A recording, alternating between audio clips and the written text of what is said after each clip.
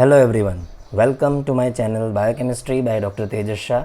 Today we will see about the tyrosinemias under the aromatic amino acids metabolism. So first let us see some key points. So it's a group of inherited disorders characterized by high levels of tyrosine and its catabolic intermediates in blood and their excretion in the urine. So it is caused by inherited deficiency of fumarate acetoacetate hydrolase, which is the most common, and it is the type 1 tyrosinemia. Second is the tyrosine transaminase or deficiency of para hydroxyphenylpyruvate hydroxylase or dioxygenase enzyme.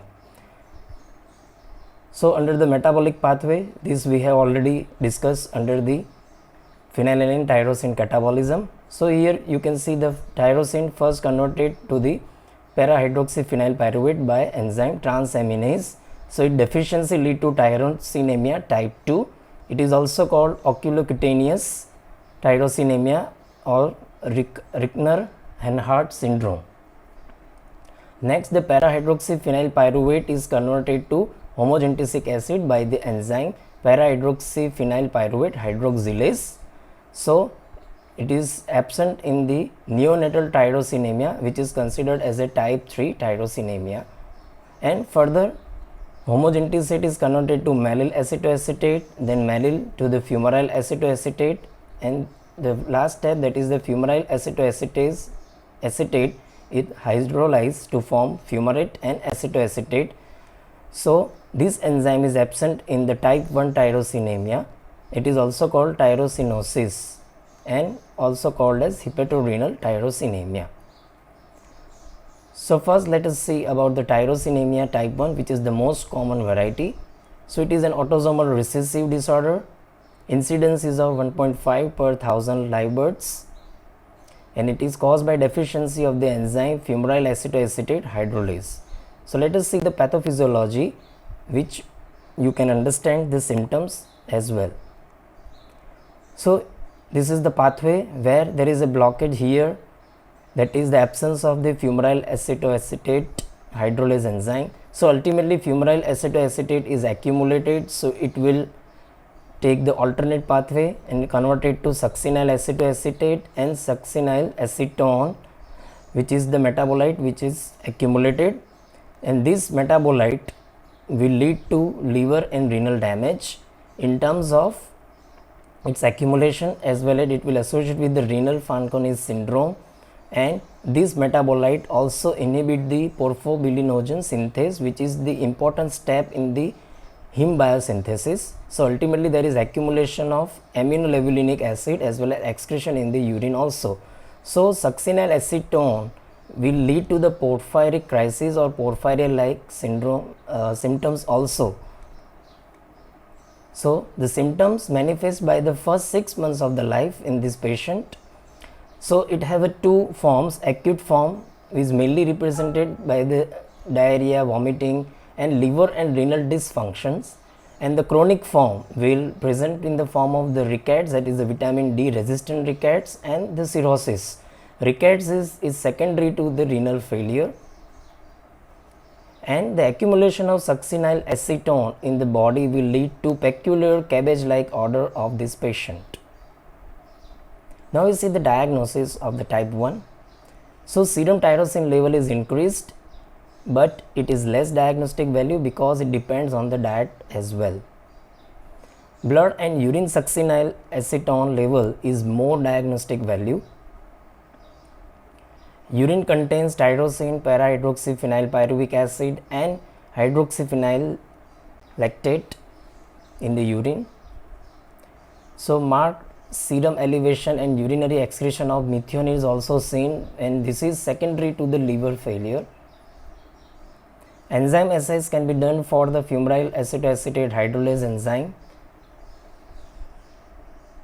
Genetic analysis or the molecular analysis to identify the mutation in the fumaryl acetoacetate hydrolase gene.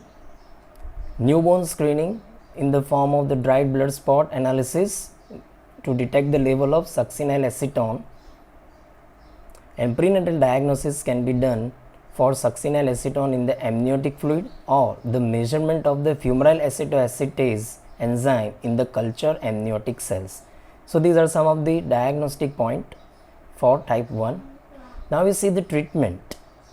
So first and foremost, the special diet formula which is low in the phenylalanine tyrosine is advisable or recommended. Here you can see there is low phenylalanine and tyrosine, hypoprotic diet. Another newer drug that is nitisinone, that is NTBC. So this drug will inhibit this enzyme para-hydroxyphenylpyruvate dioxygenase or hydroxylase. So that will further prevent the accumulation of the metabolites of the tyrosine catabolism. So it is also helpful, and it is now approved by the FDA for the treatment of tyrosinemia type 1. Now tyrosinemia type 2, which is also called oculocutaneous and Rickner and Hart syndrome.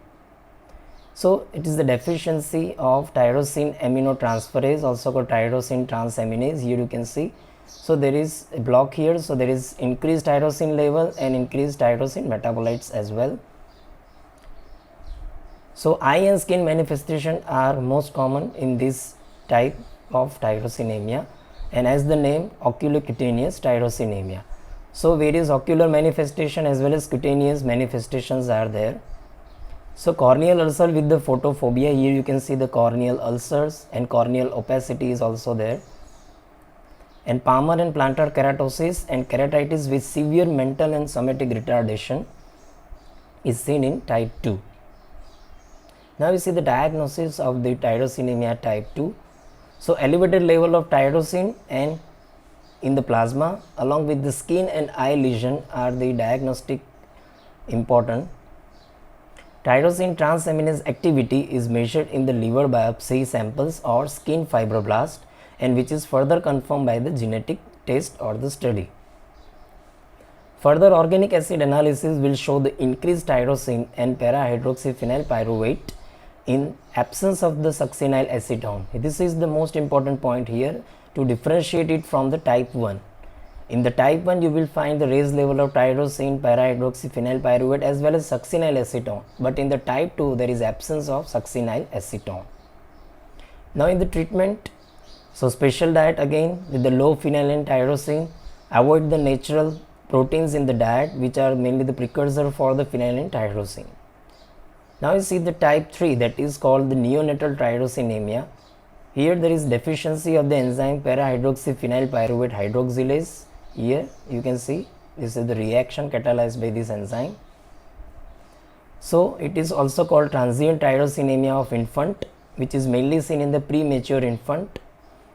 So there is mild mental retardation and or convulsions are seen with the absence of liver damage. It is a benign condition and responds well to the vitamin C supplementation, that is ascorbic acid.